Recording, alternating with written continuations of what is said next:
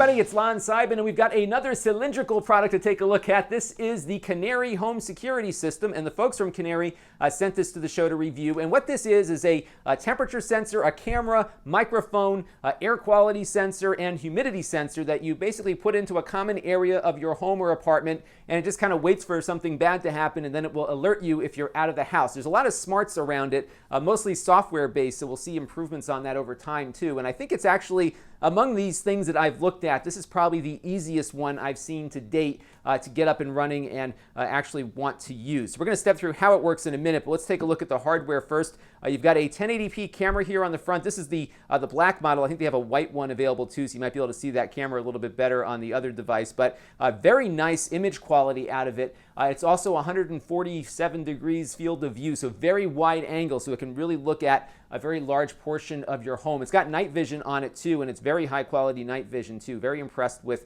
how that comes together. All of the sensors are built inside, and I'll show you some of the readouts from those in a minute. Now this works with your smartphone, and the way you configure it is through an old-fashioned audio cable. You actually plug it into the headphone jack of your iOS or Android phone, and what that does is it transmits to the device the Wi-Fi network that it's currently connected to. The one issue that I ran into with it though is that my iPhone typically connects to a 5 gigahertz network and this doesn't, so you have to switch your device over to the 2.4 gigahertz network that you have in your home, and then things will work. I think most people out there, most consumers are probably still on 2 gigahertz Wi-Fi, but just something to keep in mind as you're getting everything set up. Has Ethernet on here also, so if your router is nearby, I would actually suggest just plugging it in with a hard wire. It's a lot easier to get that working versus doing the Wi-Fi. And then it's powered by USB voltage, so it uses the same amount of power that your tablet uses to charge. So it'll be drawing that all day, but not a lot of power, and they do give you a pretty long cable here for plugging it into the wall. So you've got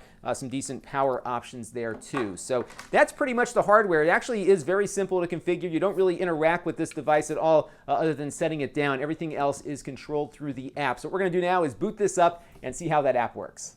So this is the home screen for the app when you get everything configured, and I want to point out the little icon down here at the bottom first. So we've got like a little police shield with an X in it. That means that the device is currently disarmed, and you can see there's a little yellow light emanating from the bottom of the Canary itself. And I want to point out what these modes mean. So disarmed means that you're going to be recording motion-activated events, and but you're not going to be sending alerts to the phone.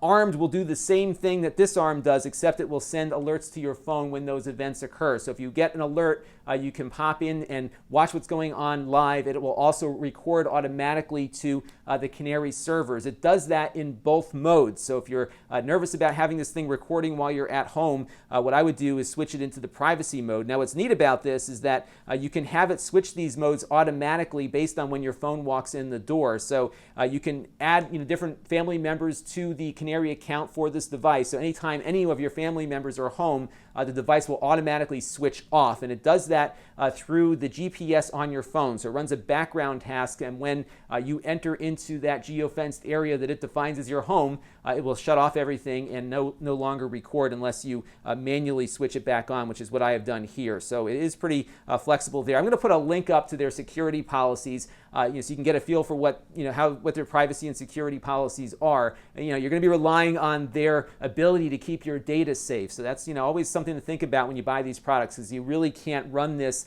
without using their servers. Now the service is free, but if you are not paying a monthly fee, you're only going to be able to keep 12 hours worth of recordings. It'll save 5 different clips, but only for 12 hours. You can then go and pay as much as $40 a month to add additional storage options to it. Some other things here, you can just pull down the top menu. You can get into some of the settings. It's basic configuration kind of stuff, and you can go through and set up all those things there. You can also have multiple Canaries on the account. I believe you can have up to 4 right now. So if you have a larger home and you want to have these in different rooms, you can do that, and each will send you different notifications based on what it is hearing. Now what's funny is I was looking for the timeline of events that occurred on here, and I really couldn't find it. And what's funny is they give you so much prompt prompting at the top here as to what you should do. So you can push the little home thing there. It'll pull down the menu system. You can even grab the little hamburger thing there and do the same thing. But I was really scratching my head. I had to go on to support to find that to get the timeline, you've got to drag up from the bottom. So this will give you an idea of all the things that are happening currently with my Canary, and it gives you a log of every time somebody arms or disarms it. And it also gives me all the motion events that took place. Now these video clips again are stored on the Canary servers, so if I play it back here on the phone, it will of course play back, but if I want to be able to download this clip before they erase it, what I'll need to do is go up to the top here, request a video download, and wait for that alert to come back so that I can go ahead and grab that and put it onto my device. There isn't much in the way of configuration here because they really want to control the experience. So you can't even set like motion zones on your video recording. Now, I haven't had too many problems with this. Where I've placed it, there isn't a lot of motion in the home that shouldn't be there when I'm not at home, but I could see there being, if there's windows or maybe plants that move with the wind or whatever, it might give you some issues there. They do have an option that you can go in and kind of give them some feedback as to what to look for.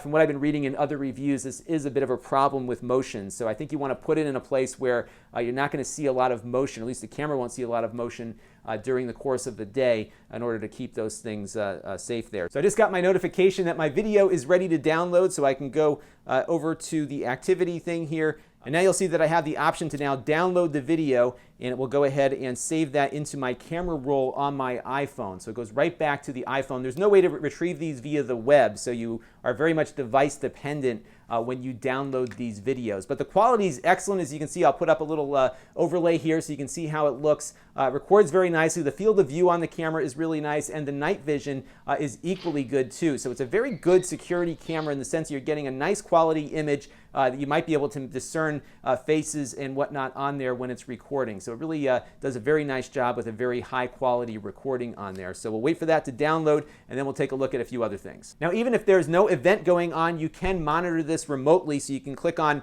watch live at any point to see what's happening with your device when you're not at home. It just takes a second for it to spin up, but it's pretty quick. Sometimes it takes a little bit longer than other times, and it does sometimes give you a little bit of a jerky response to things because it's going up to their servers and back down. Now, if you have multiple users configured with this, if they come home, it's going to put it back into that privacy mode if you've set it to do that.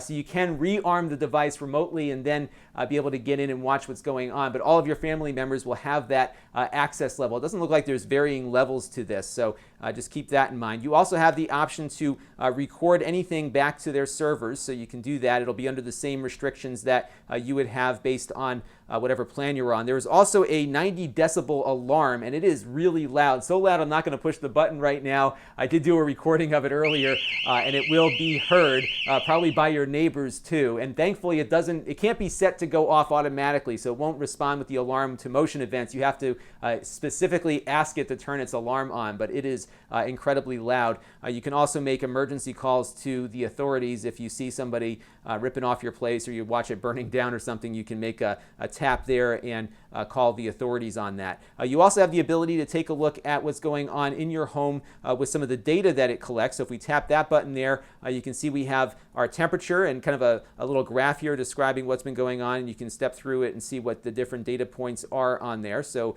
my temperature has been pretty consistent. You can also see the humidity here in the room, and I moved this upstairs to start recording where the humidity was a lot lower because we have the air conditioning on, so you can see how that works. It does a pretty nice job of collecting that.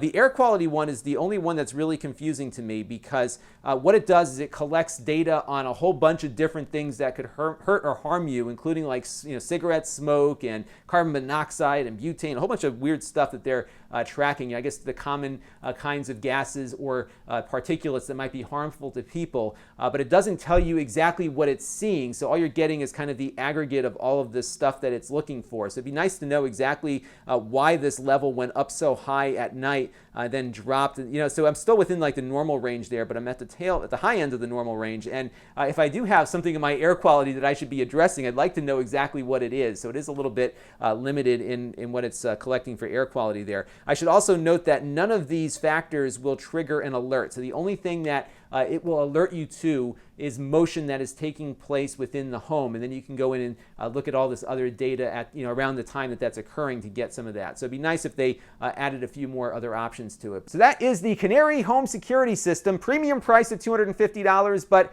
very high quality. A nice looking device, has a lot of sensors that can take in a lot of different data. A very, very nice image quality, both in day and night, which I haven't seen on a lot of other cameras. Sometimes they do well on one and not the other. This one is actually very good with both, and I like the field of view on it too, that you can set it up in your common space, especially where people may most likely enter the home through and be able to see what's going on with it. So really nice camera on here, pretty nice setup and onboarding process too, so I was very impressed with that. There are some other devices out there. We've looked at a few on this channel. The closest I've seen to something like this is probably some of the newer cameras that are badged with the Motorola brand. I say badged because another company actually makes them and they license the name, but they have a similar app that actually works pretty well too. So if you're looking to spend a little bit less, there are some alternatives out there. But I think from the standpoint of just getting something that's very quick and easy to use, works with your family members, as far as turning itself off when people come in or out of the house, this is really nice and a really nice experience just overall to get going. I think there are still some issues with its motion detection. I would like to have some ability to define where I want it to look versus having to kind of rely on their software to determine what's a motion event and what isn't. I'd like other options for determining those motion events. I'd love for it to listen for certain sounds like glass breaking or something like that. And I would also like the ability to have some notifications set if it notices a very sharp abnormality in temperature, humidity, or air quality too, because it really be nice for it to work as a fire detection device in addition to just detecting motion. Right now, it could detect all the smoke in the world. It won't tell you about it unless you're looking at it. But overall, though, nice product. A lot of areas that they can improve on, but all those areas are based in software, so I think they can probably add those down the road. And I think I can recommend this. You're going to be paying a little bit for that cost of entry. This is Lon.TV, and thanks for watching.